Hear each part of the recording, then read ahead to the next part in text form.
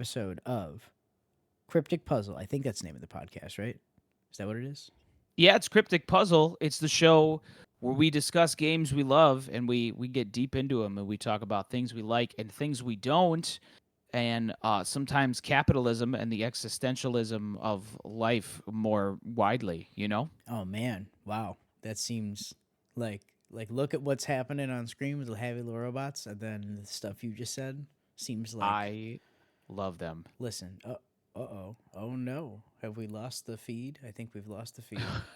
Oh no, we're off to a Yeah, bad all start. right. I've just skipped to a different point in the video, and we're gonna go with that. Hello, Yay! nothing bad happens. Hello, everybody. Welcome to Cryptic Puzzle. Yeah, where I can't figure out tech things because I don't really normally do this. So yeah, that's It's how it fine. is. Look how cute. Look how cute little Astrobot man is. We're talking about Astrobot, that PlayStation game that people like. The PlayStation game that came out just kind of out of nowhere. Like, I mean, they announced it earlier this year, right? Earlier 2024. Yeah, it was sometime during the summer. I can't remember which award show, or maybe it was a state of play. It seems reasonably likely it was some kind of state of play. But yeah, and I was like, oh, cool, they're gonna make more Astrobot. Just like the little pack-in game that came with the PS5, which I was like, oh, I really liked that. I would totally just play more of that. And as it turns out, someone else thought that was a good idea because they did that. Yeah. Well, I think everybody did. Like, I think pretty much unanimously, everybody played Astro's Playroom on the PS5, and all went great. So when do we get a full actual one? And we got it. I mean, it was kind of out of the blue, and it just kind of dropped out of the sky. But here it is. It came out in September, and it rules. Yeah, it's really great. So Astrobot, for those who are unfamiliar, I don't know how you got here if you're unfamiliar, but let's pretend you don't know. Um, it's a little 3D platformer, very kind of almost old school 3D platformer. Super simple, kind of like collectathon sort of thing. Um, Made by Team Asobi, which is made of the remnants of what used to be a different support studio. I think it was some Sony Japan Studios, I believe is what it was called. Those guys, a lot of them have been working in the industry for a super long time, and so they came around to make a 3D platformer, and this time they got to make even more PlayStation references than anything could ever conceivably do. This is the PlayStation game, and I don't mean like, oh, it's definitive blah blah. It's like no. The whole thing is comprised of PlayStation parts. Your ship in the game is a PS5. All of Yeah. the accessories and everything are like peripherals that like yeah, your little ship that takes you between the hub worlds is the dual sense that you're holding in your hand to control the game. So yeah. Which Um is so amazing too, because like, and I guess we're kind of jumping right into it, but so many people have immediately pointed to like, oh, Sony finally found their Mario mascot for them. But like, I mean, that becomes even more true when it comes to the fact that like, yes, everything in the game is like literally PlayStation components, parts, and consoles, but like on the same hand, it's also feels like their Mario just in terms of like the game and the experience that they created. It feels like the closest that Sony or anyone is going to get to making like a mascot and a really really polished great game in the same way that Nintendo has, right? Yeah, it's something where it's very it's all about everything's gonna feel cool to do the entire time, and I think they really nail that in the presentation piece of it in a way that really I think only Nintendo generally does. And I think that's why people are making that comparison.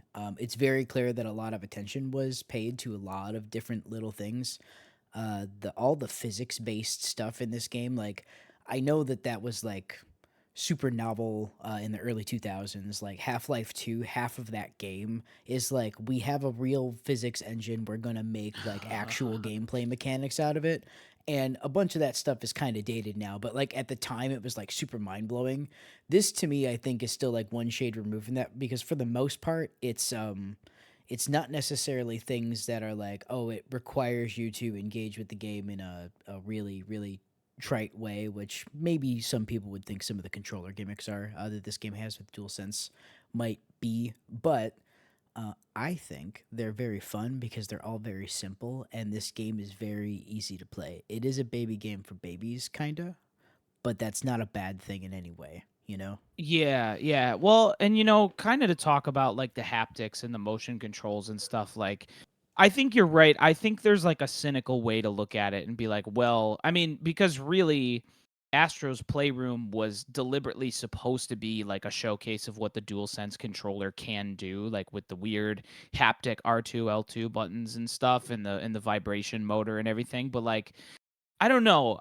I'm the type that like I feel like I find that stuff super gimmicky. Like, I don't know, comparing this to something like the Wii, which like you go back and play 90% of Wii games and everything feels like a gimmick that they just shoehorned into the controller because it's like, oh, we can do motion controls now. But like, I don't know. I think everything in this game that has to do with all the weird buttons and the haptic feedback and stuff, I think it's so organic and so well done that I don't think anyone in 10 years is going to be like, wow, they just made an annoying gimmick. It really just feels like you're playing a great game. Like, you know what I mean? Yeah, I think it's because for the most part, it's not actually really requiring you to do something too weird. Like for the most part, it's something cool with the vibration or the fact that you have the adaptive triggers that are going to resist everything. It's mostly like responsiveness to things that I think are just really cool. Like immersion building type things that are like, oh, it feels cool when he's got his little bow thing and the trigger resists me as I pull that back so I feel the draw weight of the thing I'm doing. Those little kinds of things. Like they're all just nice little touches and little flares that I think they stack up a lot. And that's most of those. I will say I think there's one the water squirting thing that you have to like tilt the controller in a specific way to aim at places. That one annoyed me. That was a specific level of motion control that I didn't really want to do. But when it's just like shake the controller a little bit to like feel where the dudes are in the controller and then make a decision based off that, it's like, okay, yeah, that's neat. That's not like Yeah. intrusive. That's just a different way for me to interface with the game. Yeah. See, I don't know. It's interesting. None of them really bothered me outright, which surprised me. But I think it's because like I don't know. It feels like in a larger because even when you're doing like you're just jumping around and hovering, right? Like when you hover, there's like a vibration that happens. Like everything in the game has some sort of immediate feedback that you feel. Even like when you said the game isn't requiring you to do anything weird, but you can like feel the physics of the water. There's like a resistance and like a sound effect that comes through the controller when Astro is walking through water. Like, because the whole game has that level of immersion and you're immersed in like such a unique way, like, I don't know. I never got pulled out of it when I had to like aim the controller. And maybe that's because it's like so brief. Like, you aim the controller, shoot water, and then you're done with it. And then you just go back to like regular gameplay. Yeah, there was like one specific one I'm thinking of that I remember annoying me at the time, but I was probably just being dumb. But yeah, I'm with you because I agree. Like, there's very little in ways of things that I could call like explicitly gimmicky where you're doing it for more than a few moments at a time. Yeah. Normally when you get something where it'll like change Astro's form and like the movement mechanics change. It's like, well, the whole level's designed around that. This isn't like a gimmick thing. It's like that's something that would happen in a 3D platformer, you know? So, Yeah. and it makes the controller vibrate in a cool way, then like cool, I guess, but it's not about that aspect. It's a kind of more like showcasing what you could do with it. And I think they do it very well. Yeah, I agree. And I think like in terms of the technology, I think again, comparisons to Mario are really hard not to make because and like there's also I feel like a lot of levels that are explicitly inspired by Mario, and there are like a lot of design choices that feel like they almost feel like shout outs to Mario because they're so explicitly referencing a Mario game. Like the space map screen when you do the level select feels so inspired by Mario Galaxy, like like totally on purpose, right? I was gonna say, I think on some level, like they're trying to go for like the whimsy and fun energy that Mario like really consistently nails. I think all the time, regardless of what your opinions of a bunch of the 3D Mario games are. I think they really have always managed to do that very well. And Galaxy, I never played two. Galaxy, I think, really might top the like sheer joy of just doing a simple thing. It's not nearly as complex as 64 or Sunshine or even Odyssey. So it runs a lot on, I think, the way that it's presented to you, because the gameplay is that much simpler. Because I remember having a blast, and I normally would prefer like more of a challenge or mechanical depth in the movement, like in Odyssey or something like that. But I remember really liking Galaxy regardless. So I think there must be something more to just, you know, I wiggle the controller and he does a spin and then I jump, because that's pretty Yeah. much the mechanics of that game. Right. So But yeah, I think the larger thing I was trying to say though, like while it feels inspired by Mario, it feels like in a lot of ways it surpasses Mario, especially in the terms of technology. And like I'm like the opposite of a technology snob. I'm not like a 60 frames per second locked graphical fidelity. The controller's got to have crazy haptic feedback. But like well, that's what this game is. It's well, great. right, but like yeah, like that stuff in this game, like it really elevates like what Mario could be. Like it kind of surpasses what Nintendo has ever done from that technological aspect, and like again, without being gimmicky, it just makes you go like, man, this is like what Mario Galaxy or Mario Odyssey would be if the tech was way ahead and really well thought out. Like if Nintendo did it, but their tech was like at this super high level. So I think in that way they have outdone Mario and Nintendo, which is like the highest compliment you could probably give to any game You, of all what time. what's funny about that is the technology that's in the DualSense is basically a fancier version of the technology that's in the Joy Cons, like Yeah, HD right. Rumble and all that. No, like it's literally like the same company that made Yeah. the design of what it was. So it's quite literally just a more recent version of kind of the same thing. And then, like many other things, no one ever really seems to use that. Like I remember seeing cute little videos of like if you put a Joy-Con on a table, the vibration motor was sensitive enough where like it would play like little Kirby tunes and stuff between turns in Mario Party and whatever, which is neat. But like that's a little Easter egg and wasn't really a thing that most games ever used on the Switch. Like I love the Switch, but like that's really a huge missed opportunity. And I think that for the most part, that's true of the DualSense's capabilities as well, with huge exceptions, including Astrobot. I think Astrobot is still like the best example of how you could use that controller to just make the person feel far more connected to the game. Yeah, are there any other like I don't know the other games. Are there any other good examples of games that that have done it on some level? I really enjoyed the way that they did it with the Demon Souls remake. Actually, Okay. it was neat to play. So I hadn't actually played through the entirety of the original Demon Souls. So when I played through the remake, I remember being like, "Oh, okay. So this feels like." 'Cause I think you use the same frame data and everything. But if I did like a rapier stab type of thing, you would feel like the blade as it would go like into like towards a wall, and like it would, if you hit an enemy with it, like it would feel different in the vibration of the controller, and you would feel it go like up your hand as you were going to stab the thing. It was all very Cool. like, oh, that's neat. I was like, oh, I was not expecting that. It like took me by surprise the first time it happened.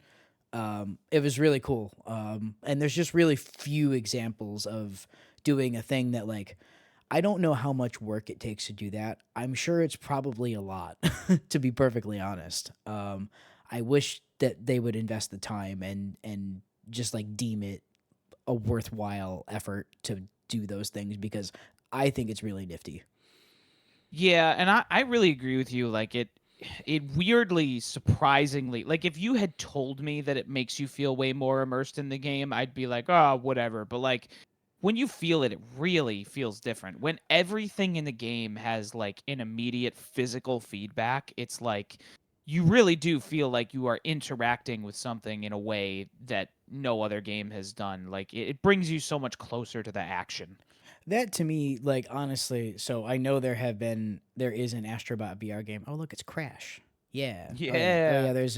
There's about every PlayStation character reference you could ever imagine, even ones where you're like, I can't believe people even remember that game exists. Like a dude from Devil Dice. I bet you don't know what that is.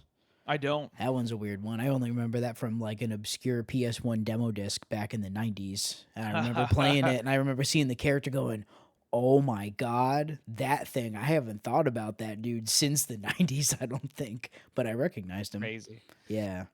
And it's like it's so ironic because, and not to get into the whole thing, but we probably will shortly. But like, it feels like like Sony falling into this amazing team, making this absolutely amazing game with all their properties is like some crazy cosmic accident. But like, not only that, it feels like this game is underappreciated in Sony's eyes, especially when you compare it to like the marketing of the Last of Us 14 and whatever that stupid shooter game was that no one cares about. Like how lucky are you, Sony, to have this amazing game that you just happened upon, like that celebrates all of your properties and your IP? Like what are you doing? Get it Yeah. together. Yeah. Well, we're only 16 minutes in. Are we just gonna get right into that and Astrobot's weird place in Sony's library? Because I don't think we have official sales numbers yet, but I do remember like the weird like opening weekend or like opening weekend release weekend of this game. Um, it didn't actually have like super crazy sales numbers, but since then it's now been said to be like the best selling new 3D platformer like of the last 10 years other than Mario Amazing. kind of thing. So I still don't know what those numbers are. I know that they exceeded Sony's expectations, but also there wasn't a ton of marketing for this game, which usually No. means they didn't expect it to do super well. So I don't really know what that means. You know, this is all just kind of outsider speculation of just kind of trying to guess. But yeah, I don't know. It sounds like it's wonderful that it did well. I hope that it being a surprise hit means that Team Asobi gets credit and not corporate meddling in anything that they do next with it, because that's usually what happens, and that spooks me. Um, I fear that part of the reason this game was good was because Papa Sony didn't really actually care that much while ever making And it, they and so kind of that just had free reign. so they just kind of let him do it because they were like, yeah, I don't know, no one will really buy that, so just let him make it. Astrobot 2, now an immersive narrative experience where all Astrobot does is walk from point A to point B and have immersive, deep conversations with character You development know with his frog hands. what's yeah, with his frog hands. Yeah, you know what is really funny. So this being the very much a celebration of a lot of PlayStation properties and everything. So if we talk about just kind of like how the game works, you're just going through these worlds, and in all the worlds there's other bots because everybody got scattered when your ship crashed or whatever it was. I don't know. Just the silly like old school pretense of you got to do the thing, and then you just start playing the video game and you never question it and you play it to the end kind of deal. Yep. um so you're trying to get all your friends, and there's other collectibles and things, and yada yada yada, and you get coins, and you can put the coins into a gotcha machine that is also like fully like majorly controller haptics, like feels really good to do kind of thing, and you get little like trophies and extra stuff for the dudes to hang out in the hub world. So you know, it's all just kind of fun, and there's different worlds and they're all themed differently. And like the frog hands you can see on the screen here, where he's getting to punch stuff and swing on things, where he sticks the frog hand in like these weird like goo rollers. I don't really know what they're actually supposed to be, but that's what they look like. um to swing on stuff. Yeah, you just get a whole bunch of different things where like mechanically it changes the way that he moves, and the levels will be designed around that. And so they do that a lot, and I think the levels are all they're all very straightforward. None of them are like confusing or like super difficult to navigate. It's very obvious where you're supposed to go, what you're supposed to do. The secrets are usually pretty cleverly hidden, and everything just like feels great to do. Like you said, like even just like the jump and little hover, that was like when I played the pack-in game for the first time. The first time I did a little jump, I was like, okay, so they really, really, really nailed how the jump feels. which Like, is yeah, a like, great start for a platformer. yeah, I mean, they just super nailed it. Like, and like, I don't know what the R&D process is like, but everything in this game is just like polished to an absolute sheen. Like, everything feels so good. There's like, to me, not a single point where you could be like, oh, like, weird, the frog hand punch doesn't react how I want it to. Like, it's just, everything feels amazing and is so responsive in a way like very, very few games are. The level of polish is unbelievable. Oh yeah, and I think a lot of that it can be like a led by its simplicity for the most part. There's very little that's like super complicated. A lot of stuff that looks very flashy, but like when you've got your frog hands and doing whatever it is you're doing, as long as you're pretty much generally pointed in the vague direction of what it is that you want to do and you do it, you're probably going to succeed. And that's part of why it feels good, because you can just string one good feeling thing into the next one over and over and over and over and over again. So it just constantly feels like you're in a flow state sort of thing. Even if it wasn't actually difficult, the fact that you did all those things in succession will always feel good. And so it kind of puts me into that sort of like, yes, I'm entranced and I'm just going to get right to the end of the level now. Yeah, it's just great, and I don't know. I loved the completion part of it, because like you said, the secret bots are so well hidden and so fun to seek out that I just wanted to get all of them. And I guess this hasn't been said, but I did 100% this game twice in a month because, well, actually, it's kind of funny. Like, I 100%ed it, and then I was like, man, I never finished Astro's Playroom. Let me actually go and do that. So then I played a couple levels of Astro's Playroom, and I was like, Astro's Playroom is fun, but I'm gonna stop in the middle and just play Astrobot again because I had so much fun doing it. I just want to do it a second time. Nice. Yeah, I didn't go back and get the extra boys from Astro's Playroom, because if you do all of that, I think you get four extras, including Lady Maria from Bloodborne. Wait, Um, wait, wait, wait, wait, wait. yeah. You're saying if you did Astro's Playroom and Astrobot, you get extra bots in Astrobot? Yep. Oh, I didn't know that. Yeah, you get three or four extras, I think.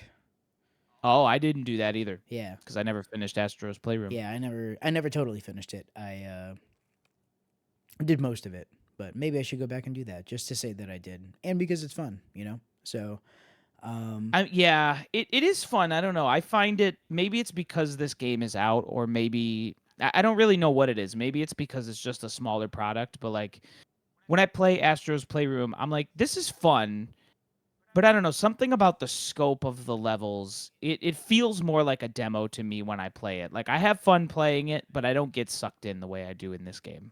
yeah, I think it's because that one's a lot more explicit about like even the individual levels being like the different components of the PS5, like kind of Yeah. thing. It's like way more tech demo feeling in general. Yeah. Like and that's kind of what it was intended to be. It was a thing to show off all the features of the PS5 and how good it looks and how the physics capabilities are and blah blah blah. And then as it turns out, they made an incredible base to just make a cool game on when they did that. So they did. And I think that really is the difference, right? It's the scope and the scale increase. They just were like, what if we did this but more, and bigger? And what if we added more stuff and more mechanics and still continued to use all those cool physics things? So, Hold on, my wife's calling me. oh boy, oh, please hold everyone. Cold. My wife. His wife, not mine. Um But yes, I agree. I agree. I think the scope and the presentation makes a big difference. And even stuff like as simple as like in Astro's Playroom, you have the monkey suit with the climby hands or whatever, Hmm. which, by the way, like, that feels just as fun to pull off, but the monkey suit with the climby hands in Astro's Playroom is Astro, he like hops into this like big white monkey suit that zips up, where like in this game they were like, all right, we have figured out that what would be a way more cute and charming presentation of that is if Astro just put on a monkey backpack that's adorable. Like, it's those little things too that make me go like, oh man, Astro Bot is on a whole nother level with the presentation and the characters, like the little jetpack dog. Yeah, yeah. Jetpack Dog is actually the feature of the recent speedrun DLC level they just released yesterday.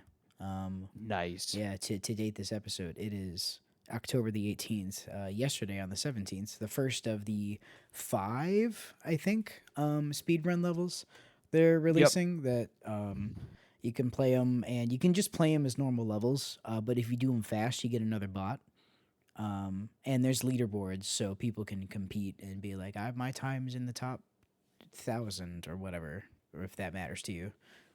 You know? Yeah, which is cool. Which is cool that they gave a free DLC at all because it's just cool, you know. Yeah. So we'll see if there's more because I think it was stated to be like DLC 1, which doesn't necessarily mean there's going to be a DLC 2 or that 2 will be free.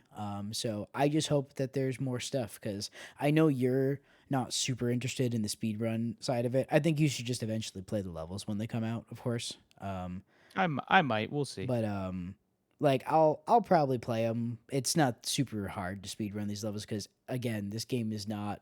These aren't like super difficult, and that level also wasn't super difficult. It was definitely tougher, I guess, but you know, we'll see. Yeah. I think they could I do a lot. They could make a super hard version of this game the way that like actual for real OG Super Mario Brothers 2 was, and some people would be super into that, but it wouldn't be for everybody. So Yeah. Well, and I might play them. If it was just another world, I would just play it, no question. But if it's just like, hey, here's 5 extra speedrun levels, I just don't know if I'll ever get around to that. If the DLC was there when I played the game, I would probably play those levels and be fine with it. But I don't feel super motivated to bust it out again just for 5 speedrun levels. But yeah, that's fair. there there is definitely an element of higher difficulty on like some of the later secret levels, which is pretty cool and also I think unexpected. Um but really serves to like you said, the OG Super Mario people who want the hard experience. There are some tough levels in this game later on for sure. The last few secret challenges, yes, absolutely are Yeah. pretty tough. It's not like, oh, I'm gonna spend hours on this kind of tough, but it is the like for a thing where generally speaking you're probably gonna get it like one of your first tries whenever it's very clear what you have to do. This one will probably take some attempts in order to actually get the execution just right. So yeah, I enjoyed those a lot. And they are not very many, so you can still play most of the optional content in this game without ever really encountering anything I would even remotely consider difficult, which I think is cool. It's a pretty accessible Oh, I game. I disagree. I think you and I are on a higher difficulty level than some people. In fact, I think some of the bosses are like no slouch difficulties. The last couple bosses, I think for baby game people or people who don't play games that often are going to have a tough time, That honestly. that might be true. I don't remember ever like really thinking any of the bosses being like difficult, I guess, but that does not mean you're right. It's my level of familiarity with video games on the whole is not necessarily the same thing, you know. Yeah, I found them easy in the sense that like once you die to them once or twice, it's really easy to like they have telegraphed very clearly of oh, this is what thank you. Thank you.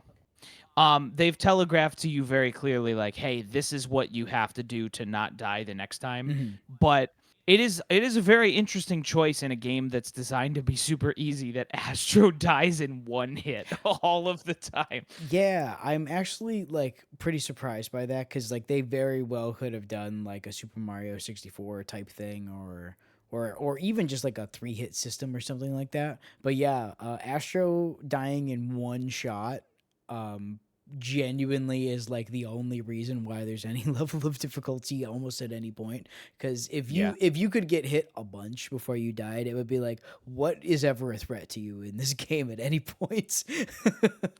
Yeah. I mean, some of the later, I mean, I feel like they save some of the more difficult enemies until like later in the game. Like, for example, there are those enemies that like, they're just like the little yellow blobs that have the spikes that come out. And the whole game, I was like, so do the spikes just never come out? Like, their spikes only come out after they've charged at you and then paused.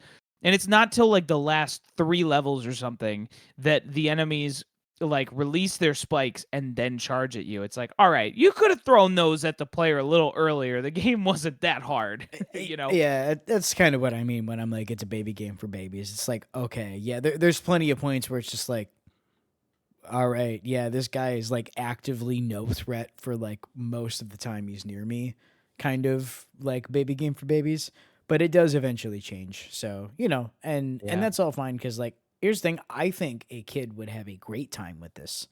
I would have loved playing this as a kid. I know that for sure. This would be like Yeah. mind blowing to like 10-year-old me, you know. Yeah. So Yeah, I agree. And like me too. I guess it's maybe because I feel like this is more eye opening with me, like because of my wife, and like even my wife has like a friend who I can think of who she likes to stream and she's like loves video games, but she like sucks at video games. Like self-proclaimed, she's like, I suck at video games. And I could see her and my wife being the type of people that would genuinely like really, really struggle with some of the bosses in later games. So that's why I struggled to say baby game. I think it's definitely on the easier end. And I also think even in terms of difficulty, it ramps up in a very natural way. Like it's not like out of nowhere you're like, "Oh my god, this game got harder." Like they'll throw a couple of tougher enemies at you through some of the stages and stuff, but on the whole it's pretty easy. yeah, I agree with that, and I do want to make clear I don't necessarily mean baby game to be like a negative thing in any way. Oh, yeah, yeah. I do also think that that on some level is something that Nintendo has always done very well because I'm gonna throw out there. I think even Mario Odyssey, with all its mechanics and all the stuff done in it, the way that Nintendo presents those games, they are definitely aimed for kids to play and to be able to beat. And I think if a kid could beat Super Mario Odyssey because of the way they designed the game to be played and learned, I think Astrobot does, and the way the mechanics work generally speaking, all of those things work as well where I think a kid could figure out the thing even if it was like one of their very first experiences with video games, you know. So, and I think Yeah. that would apply to even people who are self-proclaimed bad at games, which is a big reason Yeah. why I think this would be a draw for them because it will make a person who might not normally feel good at games feel like they're doing cool stuff constantly, which is what's Yeah. great about to me that's what's fun about playing hard games is when you succeed through that. It's like that to me is the whole we did 2 episodes on Elden Ring. The whole reason I love Elden Ring is because the overcoming the challenge thing. That's the thesis of the game, and it's why I like playing it. Because when you triumph, it feels awesome. So if if Yeah. if if someone who's not good at video games triumph is like beating Astrobot, great, that's amazing because that means you understand what I feel like when I play Elden Ring. You know what I mean? Yeah. Well, and to also too to note on the baby game thing, like that's even less of a dig coming from me because what most people would call baby games is just my preference of difficulty. Like this game sits exactly where I personally want my difficulty to be, which is like all of the difficult stuff is optional, and B, the difficult stuff that's optional is still not so difficult that I have to try it 50 times. It's so difficult that like 10 is probably the most I will have to retry it, you know? Yeah, yeah. I think this is we were talking about the definition of what was it? Was it rough and whatever it was? This is a smooth game. Smooth Regardless of versus spiky. yeah, something like that. Smooth and prickly, was that what it was? Something like that. I don't know. Yeah. Regardless, this is a smooth game. Like regardless of It whether or is. not you like even the hard levels are smooth. That's Well, the whole like design ethos of this, I think, you know. I think the prickliness that comes from this game that I think this game wouldn't be magical for me without the prickliness of the secrets of finding the guys. Like that is absolutely like what sells this game for me because there are definitely some head scratchers where you're like, "All right, I know I missed a bot somewhere over here." And when you finally find those tricky ones, that's like the prickliness of the satisfaction Oh yeah, for me well personally. here's I think there's satisfaction in that, but that to me is still almost tickles like the exploration part of my brain rather than it doesn't seem Yeah. like the game is ever actively fighting me from finding things, so like it doesn't register as prickly in my head, you know what I mean? Like it's an additional Yeah. challenge, I suppose, but it's still all the challenges to me are still smooth. Like they want you to do them and they're going to make it so you Yeah. can do them. You just got to try, you know. Right. Well, I guess prickliness or not, you could call it difficult or something. I think the trickiness of some of the bots that are secret that you stumble upon, like I think without that, I would probably think this game is like good or okay. Mm. But the head scratching moments where like yes, like you said, it's rewarded the exploration of like really trying out all of these weird quirky things and stumbling onto some bot in an unexpected way. That for me is like the secret magic of playing this game. Yeah, there's not that many of them, but there were definitely a few where I was like, "Oh, I didn't even think one of those guys could be there." And there he Yes, is. right. Yeah. I mean, pretty early I was shocked that in the vanilla snow level, the ice seal, did you find that one right away or did you like head scratch over that one? Ooh, geez. Here's the thing. You've played through it twice, so you're a little bit fresher on it than I am. I don't remember struggling with an ice seal. I might have found him. I remember because it was like the first head scratch of the game for me because not only did I not find, or no, it wasn't a bot, but it was a portal. I didn't find the portal, and at first of all, I was like, I don't even know what is a portal like. And then when I found a portal in a later level, I came back, and then I used the little magic thing that like you're like pay $20 and we'll show you where some of the secrets are, which I didn't even know what that was. I just decided to try it, and Oh, then that's it brought exactly me to what I this. did. The first time that happened, I was like, "Oh." Yeah. Got it. And then I never used it again, but I found it like brings you to this ice seal which you have to like grab a spinny explody pig and throw at it. But like I probably spent a good like 20 minutes, half hour like scratching my head and trying things and being like, I know there's something in this ice seal. I don't know what I can or have to do with it. And that was like very early in the game I had that head scratch, which is I Mm. think part of the reason I was so intrigued and got sucked into this game because I was like, "Oh, maybe there are like some mysteries that aren't so obvious that I'll have to puzzle over them." And that really sucked me in personally. Yeah, yeah. The portals take you to like the little. They unlock the little secret worlds that have like the bonus levels that are like the quick, retro ones, or like fight this one little mini boss character and you just go in, get a quick bot, and get out kind of thing. So those are Yep. they're rewarding in that it's just like you actually do just like straight up unlock more content when you find those. It's like this is literally more levels to play. Sweet. Like they're quick little bonus ones, but they're fun nonetheless. So. Yeah, and that's like so obviously the secret world from Super Mario World as well. Oh, it's straight. Yeah, it's just Star Road. Yeah, Yeah, right. And like like that was that. exactly what my thought. I was like, oh, okay, here's the Star Road. Got it. Yep. Ex- And it's Much like easier again, than it's such Star a. Road, at least. But Yes, yeah, oh, I know, thank God. But yeah, it's just such a cool little homage, but also like a great design choice for finding secrets. I mean, there's a couple portals I can think of that I remember finding and being like, "Yo, what a clever, well hidden secret that I never would have thought I would have stumbled upon that just filled me with joy." the single thing that I have in terms of like the way that I would have designed it is I might be wrong about this, but I think there's like one or two levels where like in theory I think you should be able to get in and get all the stuff on your first pass through a level, like if you knew what you were doing, right? Or theoretically if you spent enough time exploring, you could get all the stuff and get out in one run, you know? Hmm. But going in the portal boots you out of the level like Super Mario 64 style, which is weird because you can do that before you actually beat the level. And then you have to play through the whole Yeah. thing again. And I wish you could just find the portal and it was like, you unlocked it. And then it just like, you could just go back and do the rest of the level for all of them, just in case. Because for the most part, I think you can get all the stuff and then get the portal.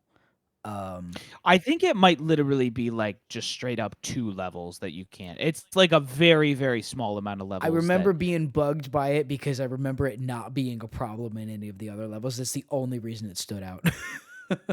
So, Well, and I can understand that. I think for me the reason it doesn't bother me is because this game kind of does the thing of like that's again very similar to Mario, in particular like the traditional 2D Marios or like Mario 3D World, where like sometimes you're like, I missed like one bot. Let me restart the level and go to the area where I know the bot is going to be. mhm. And then when you do that, you suddenly realize, oh, if I'm not doing all of the secret extra paths, this level is so incredibly quick. Like I feel like 60% of the real meat of the levels is those alternate pathways that you go down in secret portals. You know what I Oh mean? yeah, I super agree. Cause yeah, if you just try and if you try and do the speed run of I'm just gonna get to the end of it as quickly as possible, yeah, the levels are fast. Like even if you're not explicitly trying to speed run them, there's just not a ton of stuff in your way.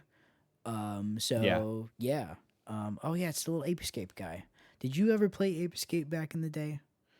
I did. I remember playing Ape Escape when I was a All kid. right, so you might also understand then, like me, that when you do the Ape Escape level, so there are five worlds, I think, where at the end of them, you find a specific like famous PlayStation character bot guy, and in this case, one of them is the Ape Escape guy, and so then you unlock an Ape Escape level where you get the net, and so it gave me the net, and I was like, am I about to have the old crappy controls where I have to use the right Yes, analog stick yes. for the net and then you don't. And I was like, as much as that would have sucked to actually do because that was horrible and it was amazing that we were like, I don't know, we put sticks on the controller and like we had no idea what to do with them at all. We are just like, I don't know what to do with these things. So they were like, what if we did to put the net on the stick instead of just putting it on a button, which is what you do in Astrobot. But at the same time, I kind of wish they did just because it would have been like, oh yeah, remember when that was the thing?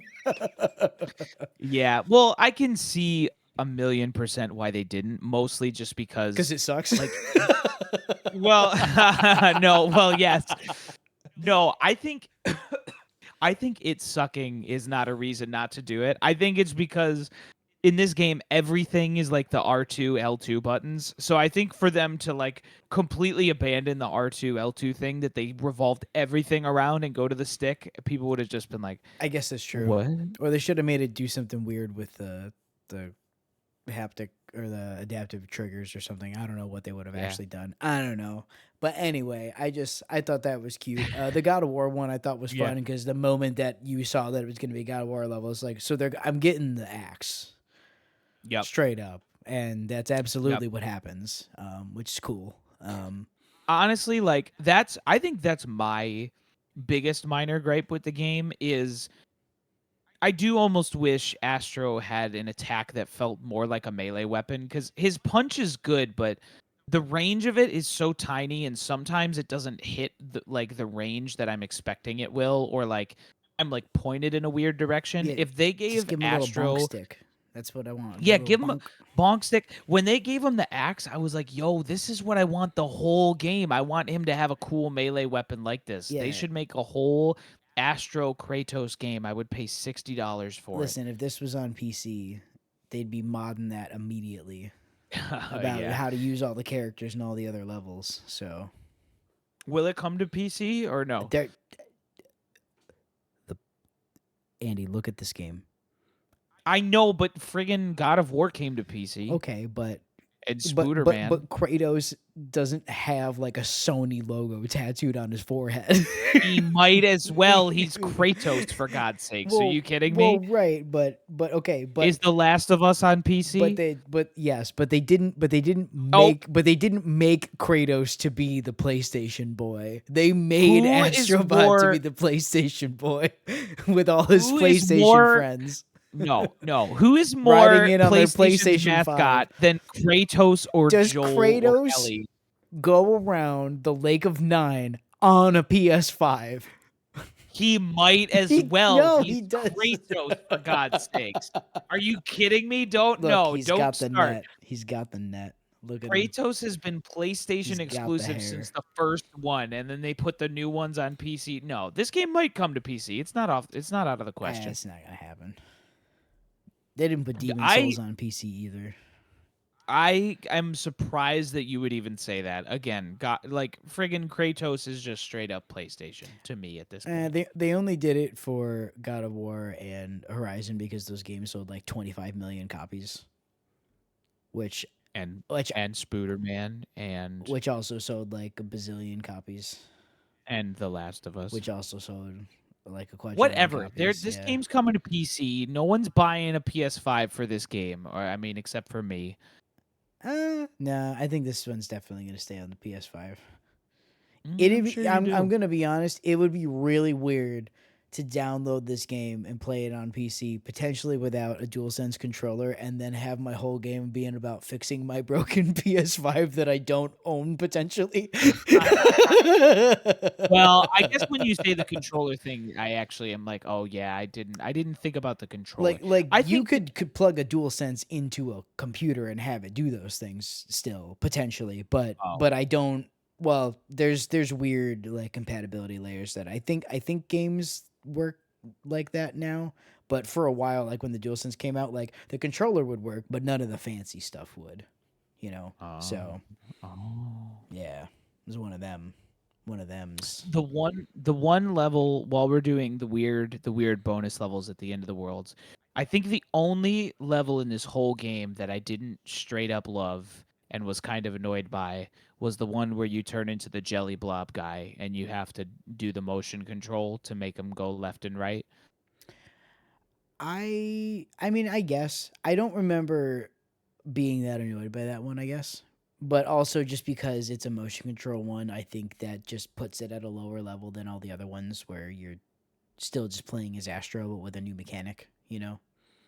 I didn't hate it. I think my problem was like they should have swapped it with the God of War one, because when they put the God of War one second, you're like, yo, all of these PlayStation levels are gonna rule. And then like the fourth or fifth one is suddenly just like a motion control level with a character I've never heard of. I'm like, bro, why this doesn't feel like it's ramping up. This feels like it's going backwards. Yeah. Well, I guess I see what you mean on that point. That might be Yeah. the only potential like pacing dip. You know what's really funny? You were talking about how the yellow dudes did that thing before, and I just watched him do that exact thing and not be a threat to whoever's playing Yeah. Astro right now, like at Yep. all. Really funny. Um, Yeah. yeah. Yeah, I mean the Horizon level has a lot of spectacle, I feel like, especially with the little final boss run you do, but I do feel like they should have put the God of War one last, or rearranged them in some way, because I mean the Ape Escape one is a great first one, but like the God of War one is so good, it should be later. It shouldn't be second. Yeah. It's just so I'm unbelievably fun. I'm a little surprised I figured it would either be the first one or the last one. The first one to draw you in with oh it's Kratos, or the last one with like finally we got there because you know he's gonna be in it, like you know he has to be in this game. So if you don't see him for a while, you're like I know what's coming next. You know they could have done one of those. Um, Yeah, I mean, it's like I just thought of this when you were talking about the last one, but like they should have done a The Last of Us level where you like murder your daughter as Astro. Wouldn't that be good awesome? lord, don't I mean they're in the game. I Joel and know they Ellie are. are absolutely bots in this game.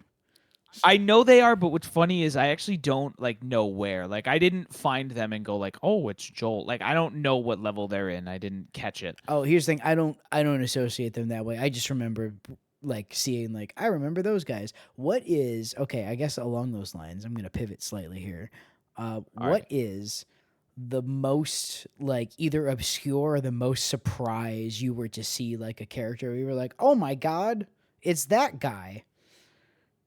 Well, I don't know characters as well as you do. I know you had a very specific one. For me, it was probably The Last Guardian.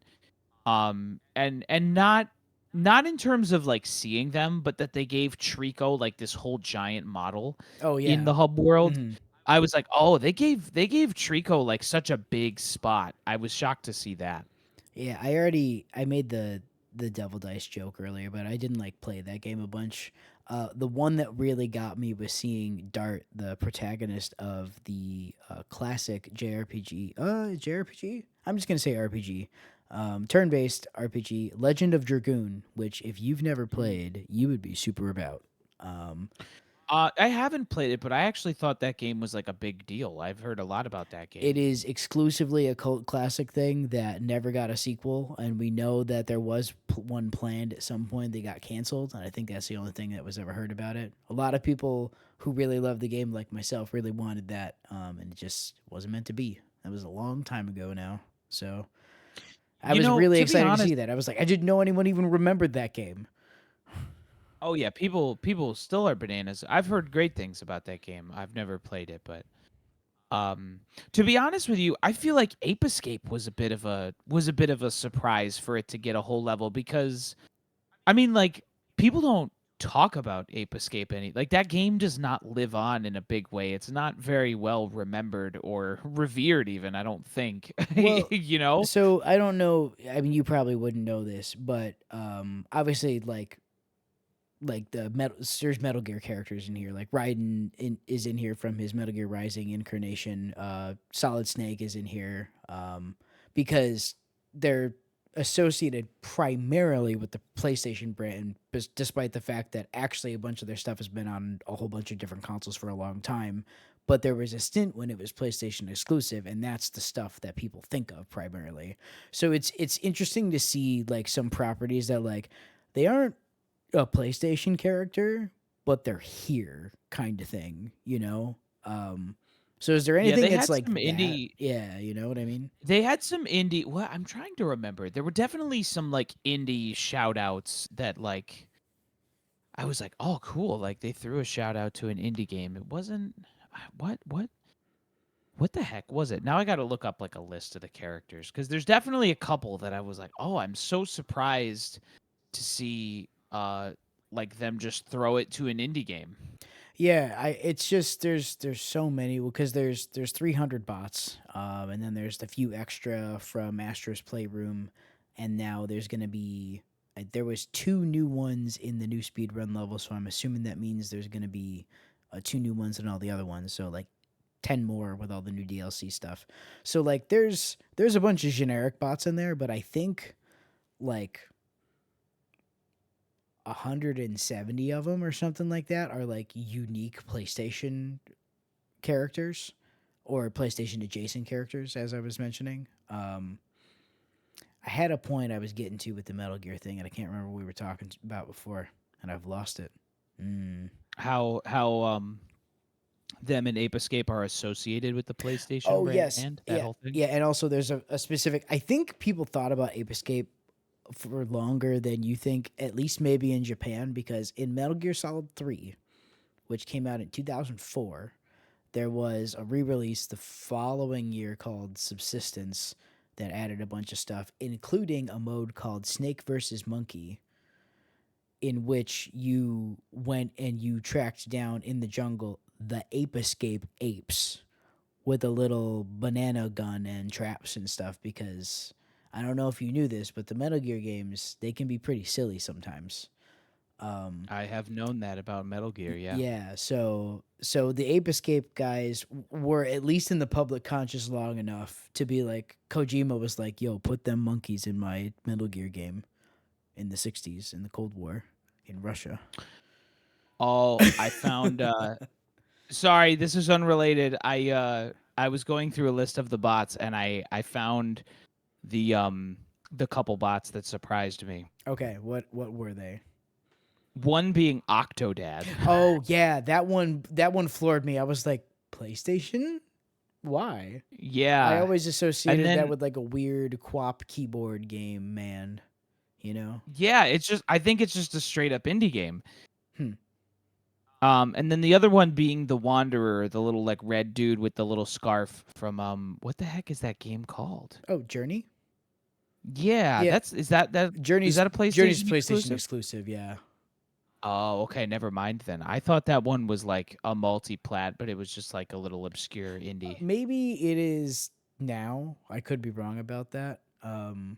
But I was it definitely on launch. It was PlayStation exclusive. I never played Journey. I know a lot of people who really enjoyed playing that game.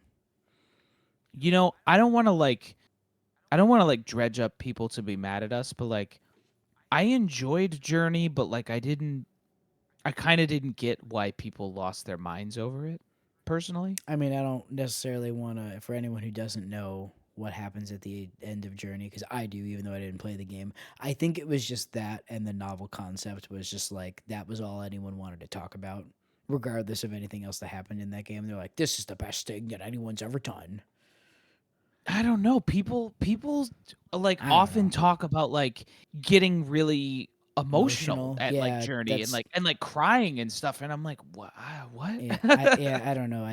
I'm with you on. I don't think that, like, I'm sure that game would be cool and I'd enjoy it, but I don't think it would affect me in that way either. You know. So It was cool. I enjoyed it. I'm glad that was like one that was like for a long time. I didn't know it was if it was exclusive or not, but I knew it wasn't a Nintendo game. So when I did get a PlayStation 4, I was like, yo, Journey's going to the top of the list because it feels like a game that would be up my alley. gotcha. Well, maybe we'll talk And I about. liked it, but I didn't have like a huge emotional reaction to it. And but also like I didn't know the thing that happens at the end of that game when I played it for the first time either. Ah, I okay. think I kind of pieced it together while I was like, to be honest, I don't think I I, think that's why people talked about it, because it doesn't ever tell you. You just have to like figure it out that that's what's mhm. happening. And I think I did part of the way through the game. I was like, oh, I think I'm piecing together what's going on.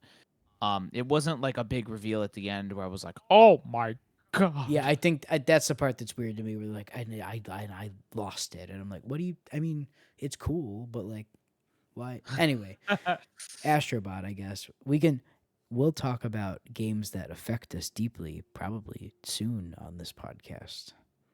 I've never played You one. never played a game that affected you deeply? Never Oh, once, okay. except for this one. Oh. Astrobot. Astrobot's the one that got you Astro. to cry. Astro. What? Dude, I will say I was like surprisingly emotional at the very end of this game. I was very swept up in the ending. I thought it was like super epic. I was shocked at how swept up I was getting. Oh, And it's then great. It was very like wonderful 101 save the world kind of energy for some reason, you know? I don't know why. It just was. yeah. And like even the little twist where they're like, "Oh, is it going to end sad?" You know it's not going to end sad. Yeah. But like that moment I got like pretty emotional. I was surprised to say I He's got like, I emotional like found so many robots. You don't understand. yeah, it's I don't know. It really I was shocked at how epic and emotional I felt at the end of this game, TBH. Yeah. I don't know. It's cool. It's very fun. It's an oddball because it's antithetical to almost every other game that comes out lately, especially for big full price releases from a first party publisher. Um, it's a single player game. It's not super long. It's not. It's definitely not hard. So it's definitely accessible in that sense. But it's Mhm. just you go in, you play the levels, you do the thing, the credits roll, everybody has a great time, and then the game's over, and they're releasing some DLC for it. That's free so far. And Um, and it So rules. it's not a live service thing. It's not a big epic blah blah blah. It's like it's just not a thing that anyone other than Nintendo would normally do. And I'm glad that people seem to be enjoying it, and that apparently it's selling pretty well. I don't know exactly how well. I hope we get actual numbers someday soon, so that I can hope and pray that they make more Astrobot stuff, because it's just it's I hate that a game that reminds me of playing games from like 25 years ago is what feels fresh, because that shouldn't be the case. You know what I mean? Yeah. Well, it's, it just comes down to the fact that they similar to Nintendo, they just focused on the fun. Like they didn't go for some narratively ambitious like they didn't do what Sony normally does, which is some narratively ambitious like over the top cinematic. They were just like let's make a game that at the end of the day is fun and can stand up next to other 3D platformers and be a great time. And they just really really did that, and it's like you said, it's sad to say that that feels like retro. Like everyone should be aiming to just make games like fun experiences. The strange part is like immediately after this game like came out and people were already starting to talk about it. One of the some high up at Sony said like we need to have like more original IPs. It's just like you guys just released a game that shows like the literal dozens of IPs that you're sitting on, not making any games with. Yep. Or any content at all with. This is the first time many of these things have even been mentioned in official capacity in decades. Yep. So like the weird is this is the capitalism part, guys. Just to be clear, we're getting right to the capitalism part. Um, how out of touch companies seem to be with like what I feel like video games, and maybe this is just me being weird and out of touch because I'm not the main demographic anymore. Like I've aged out of being the main demographic of video games. I play them more intently than the average person will. You know, I don't play games on my phone. Um, so I'm probably really not the best representative of it, but like ultimately from a consumer facing standpoint, even if I'm not the representative of all of it, um, companies seem to be far more interested in just extracting every conceivable dollar out of every possible experience, including video games now on every level. That I mean, this game's still like video games are $70 now if you get a brand new one. That's what this game costs. So it's not to say this is like cheap or like it's a quick, if this was like a 30 or $40 game, I'd be like, oh my God, I can't believe Sony's like really like even trying to This game was sell it. 70. I thought I paid 60 for it. Maybe you did, but I don't know. I'm pretty sure it was $70. I think it's just how it Dang. is now. Yeah. But anyway, but yeah, most games are just trying to get a whole bunch of money out of you, whether it's a free to play game or not. Things will have just weird microtransactions or really exploitative DLC cycles and blah blah blah. Like I can't imagine what it must be like to be like a fighting game player who wants to buy like every character for everything. Because like even Smash was pretty bad with that, but like you get Did way Smash let you pay for characters? oh, there's a ton of DLC characters for Smash, dude. Oh, I didn't know that. Yeah, there was two whole like fighter passes they released for him. So that was where Oh, wow. like Ryu from Street Fighter and Kazuya from Tekken and Joker from Persona 5 was the first one that they announced. So Oh, nice. yeah, and Joker was like top tier competitively for a while. So Wow, I'm yeah, actually surprised. That's pretty funny. um, yeah. So but yeah, but like to buy that and then to be like, oh, I want to play all the characters is like I'm gonna have to spend like $150. And that's in America where prices aren't like weirdly gouged like in Canada or even worse, Australia, where they pay way more for video games than we do. Way more. Australia That's pays crazy. way more for everything than everyone does, but video games also on that list. So Yeah.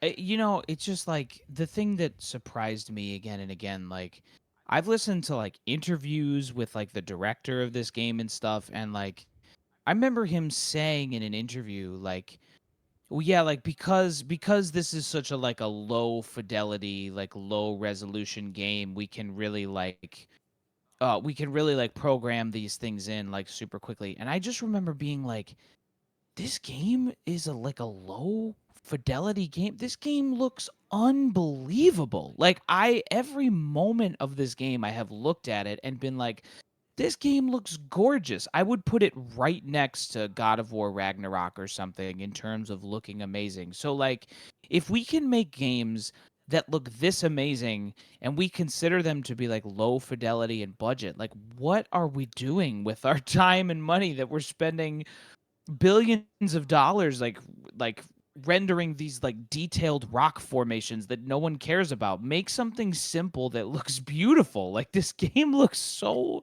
it looks so good. yeah, you're It's you're crazy. you're much closer to the point on the second piece, but I mean the thing is like even this game like relatively speaking is not nearly as expensive as something like that as like God of War or something like that.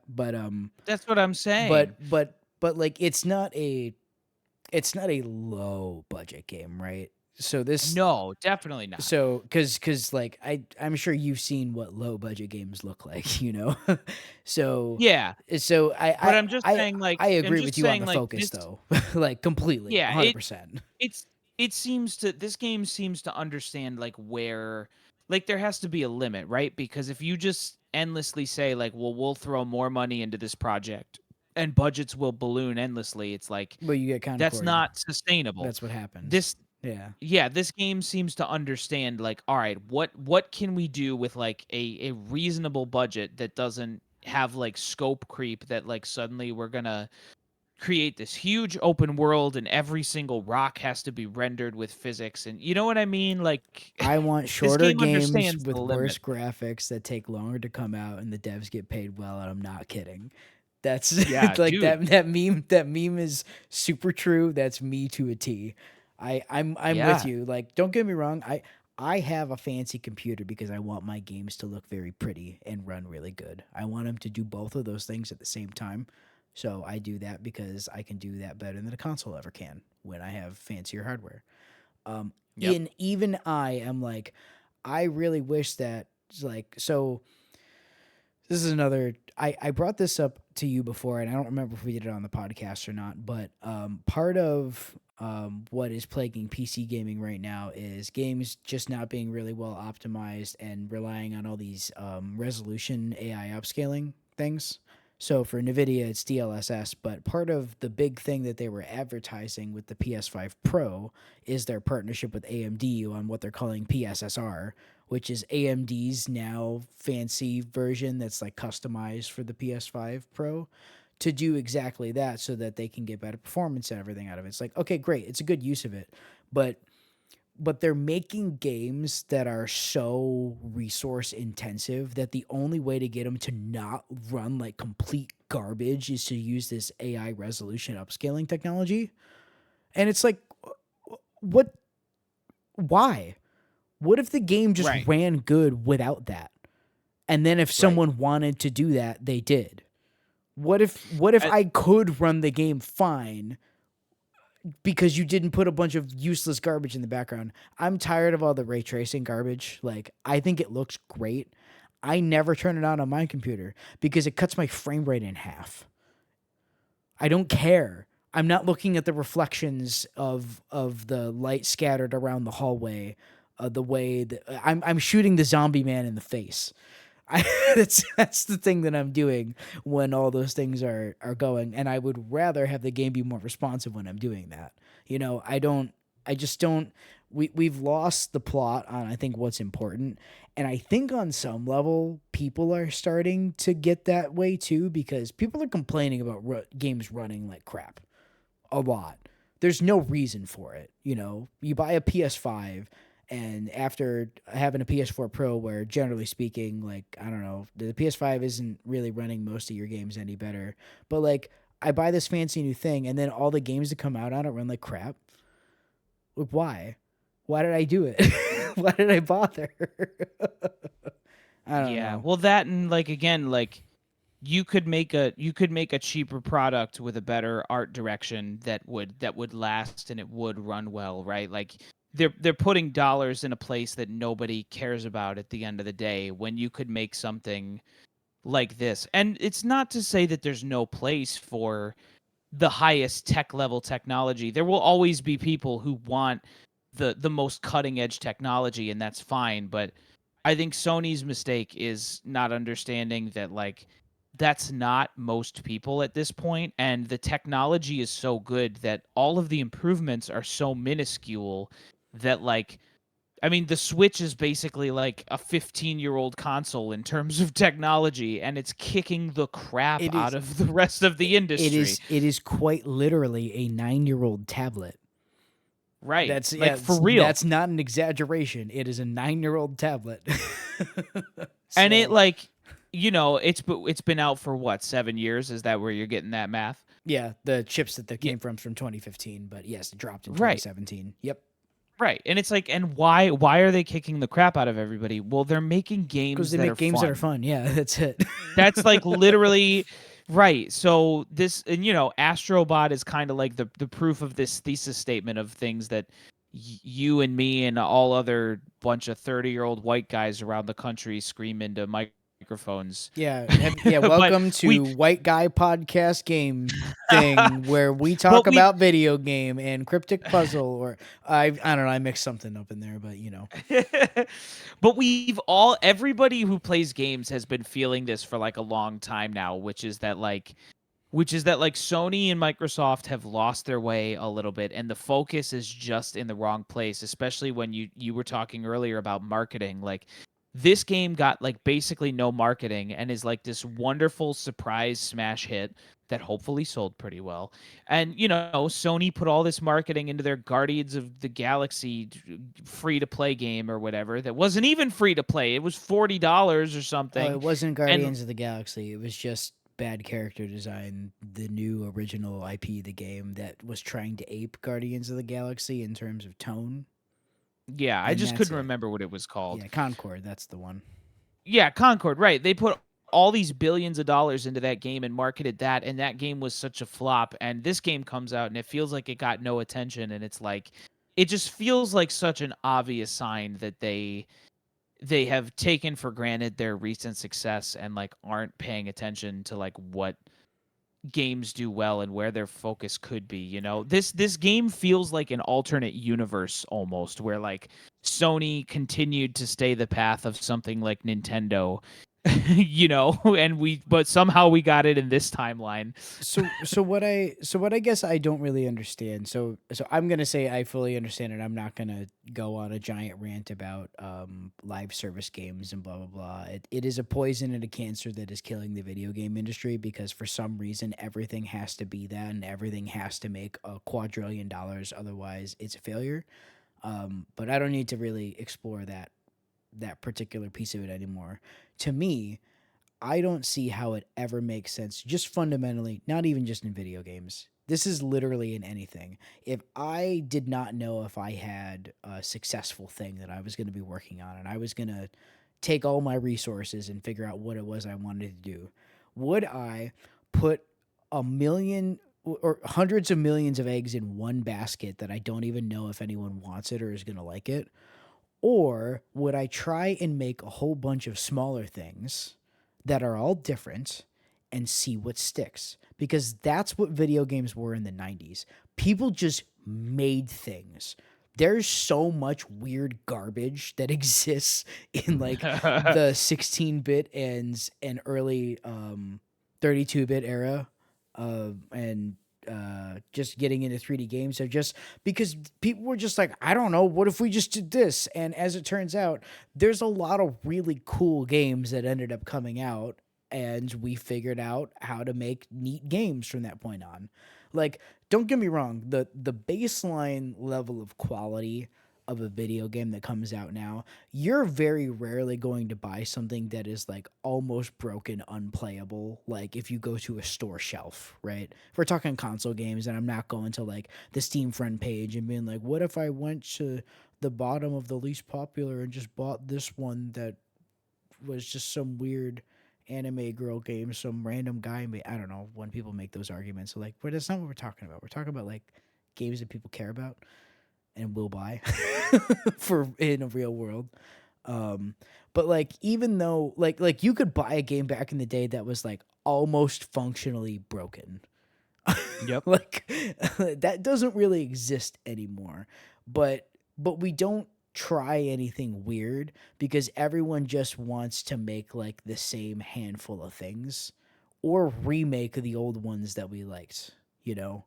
And there's been some Well, really I great remakes. Don't get me wrong. I was playing the Resident Evil 4 remake for Spooky Month like yesterday. Don't get me wrong. Some of those are very good, but like I'm wish we would do something else. Just like literally just yeah. anything other than the exact same thing that you assume everybody still needs to have instead of anything original. Or bring back an Well, old thing people liked that we haven't seen in a long time, like, most of the characters in this game. yeah. Well, that's the thing is I think that Sony has sort of wrongly assumed in the last few years that like specifically when you talk about something like Concord, I think they sort of instead of doing what you suggested, which is like, let's put out a bunch of things and see what sticks. They had already come to the conclusion that this is the product people want and it will be successful, so we can dump billions of dollars into it, which has turned out to be a false assumption. But Two whole I think, generations of people have arrived and have begun playing video games since that time, you know? Like, it's weird that they're yep, like, yeah, everything's exactly the same still. Like, no. Like, 30 yep. years have passed, my guy. Yep. And the other thing too is I think not to point everything to Daddy Nintendo, though that's what I call them. Uh they are sort of proving your point, right? Like look at Kirby.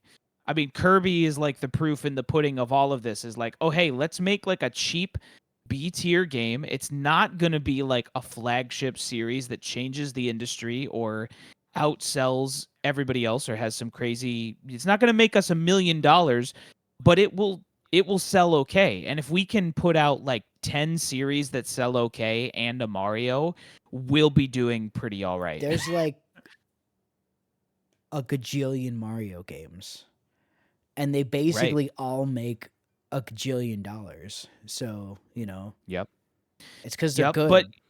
they're good. And even Nintendo's games that aren't Mario are still doing pretty well, and they are still profitable because they're like affordable games to make and they're fun to play. They're not all trying to be the Last of Us remake for the third time. Yeah, here's the other thing. I also want to be clear that like when we talk about like the sales that Mario and stuff gets, are like, well, they make good games. Like Mario sales and like Zelda sales and stuff are like a monolith by which literally nothing else should ever be compared. Like Yes, like yes. when those games come out, they sell so much more than everything else that comes out that year, and just more than pretty much anything ever could expect to make. It's bonkers, and the expectation is not, oh, if they just did this, everything would be selling Mario numbers. It's weird that they keep trying to throw out all these big Hail Marys to still make less money than whatever Mario Party would come out that year. Yeah, right, right. Like every time, every single time. So like, why not just find your version of that? Figure out what that thing is, not just like, we're only gonna release one game this console generation because it has to take 8 years to make. Like, Yeah. don't reuse Yeah. Well, assets. The reason why yeah. Spider-Man 2 cost like $300 million and they didn't make any money off it, despite it selling really incredibly well, is because they remade the entirety of New York City and they redid all of the animations and almost all of the assets. Why? Yep. Why? You had an entire open world and set of animations that you could have tweaked and altered instead and had most of the game there already. Instead, you wasted hundreds of millions of dollars and years of development redoing the same work. It's just all really dumb corporate speak nonsense that leads people to make these decisions. It's the Right. only, like, we're trying to find logic in people who are not arriving at these decisions logically. They're not thinking about it remotely in the ways that we are. They are seeing numbers on a graph and trying to figure out what to do to make the number go up on the graph. Yeah, and again, I think their false assumption is like I think they have assumed that their thing has to be the $1 trillion Spider-Man game that's so cutting edge because we remade it from the ground up, when that doesn't have to be the assumption. That doesn't have to be the Well, only way that well, they hold make on, money. Andy. Didn't you know that if I took this $50 million project that we thought was going to make us $100 million, but if I put $150 million into it, that means I'm going to make like $500 million on it, like automatically, right? That's just how That's that just works. math, That's just how baby. that works. That's just That's that's just just how math. it works. I put more money in, I get more Yeah. money out. That's I don't know. It's like conservation of mass. It's the same thing. It's a Yep. law of the universe. Yeah, and who knows? Like this might all be for naught. Like we don't know where Nintendo's going next. They might have a bunch of dumb decisions, but All it they feels have to like do is not light the Switch 2 on fire. They just have to make the Switch 2 not be the worst piece of garbage to ever exist, and they will continue to be on top. That's it. They Yeah. just have to not make a monumental mistake, which they It might. feels it feels like the thing they've understood this generation is consistency and great games, and also affordability in making those games. I mean, hopefully. I mean, we assume we hope that they learned the lesson and they didn't just luck out with these series of decisions. We hope that this was like a shift and they understood why they were successful this generation and continue to do it. I think the other part of it is, despite the fact that Nintendo is still obviously motivated by money, and they've made money driven decisions very obviously and publicly in the past.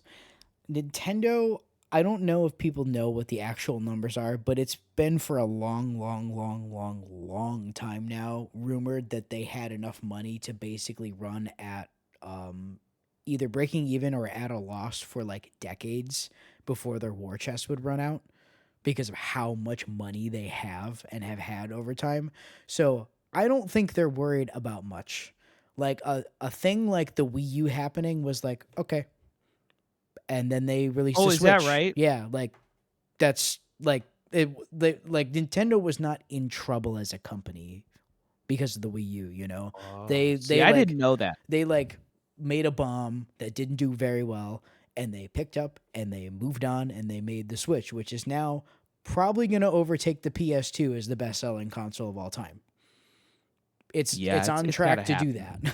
So, um, yeah, it's I don't know. I hope Nintendo realizes that they just really have found their specific niche and groove in the industry, and they just need to stay on it because one, I think video games as a whole needs it more importantly than their own success, to be perfectly honest. But if their success is what helps perpetuate that, sure, I'll take it. I don't care how we get there, honestly. Yeah. It just has to happen because where we are sucks. Yeah. You know, this is such a like a weird thought, but like I'm going to share it cuz I feel like of all the people that I should share it with, it should be you, but like in the last few years, I feel like I have become so spoiled with the joy of video games. Like it feels like no matter what or where you look, there is always some great game coming out somewhere, whether it's like an indie game or a PlayStation game or a Nintendo game. Like everywhere I've looked, there are so many more good games than I'll ever be able to play releasing at like an insane rate. And Hmm. it occurred to me yesterday that I was like I've taken for granted that that's been the way it's been for so many years now, but I was like that might not be that way forever. Like in 5 years it might be that like I'm there worried. aren't a million great games coming out every year. That doesn't have to be the case forever. We might just be in a really lucky golden age that we're lucky to be living through. The 2023, and I think spilling out into this year because there's been some really good releases this year too. I think the everyone being locked inside during COVID and the development that happened during that, a bunch of those games came out, and that's why we got like some really incredible stuff that's come out in the last like year and a half or so. Um, and I think we're about to get hit with the drought that has led up to like all these games that came out that did really well got released, and then like all those studios got closed because capitalism didn't care regardless. So like, what follows that? What's coming after that? There's gonna be a The couple. Switch 2, baby. There's gonna be well. Here's the thing. There's gonna be a couple years where outside of yeah, like Nintendo and like smaller indie studios and stuff who were not beholden to those like big studios and big publishers and everything, there's gonna be not a whole lot because who's making it?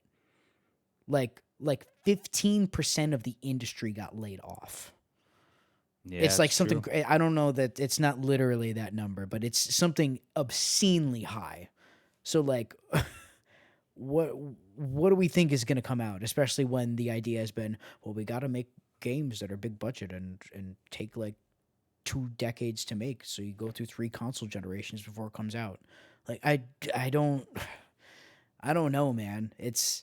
I have a feeling we gotta enjoy this while we've got it because it's not gonna be around for a little bit. It's gonna stink. So we'll see. That's An my. astrobot is the single light in the dark sky I that hope is the night. Sony learns the right lessons from Astrobot. I am not confident they will, but I hope they do. Same. So Very much same. so yeah, that's capitalism and Astrobot, I guess. That's how she be. Well, what a joyous and depressing episode of this show we've made. Oh Oh my God. god. Should Well, we should we wrap it up here I then? feel like we should. I don't know how else to. I don't know where you go from there. So, We look, man, Astrobot's a I good adore game. I adore this game. I'll probably play it again in like 3 years and be like, "Oh my god, this is still one of my favorite games of all time. I love it." I can't believe I almost didn't buy it. Yeah, I can't believe you That almost was the didn't. biggest shock. Yeah, I can't believe you almost didn't buy it either. I was like, Andy, this is the most you game that's come out since Yes. since Tears of the Kingdom.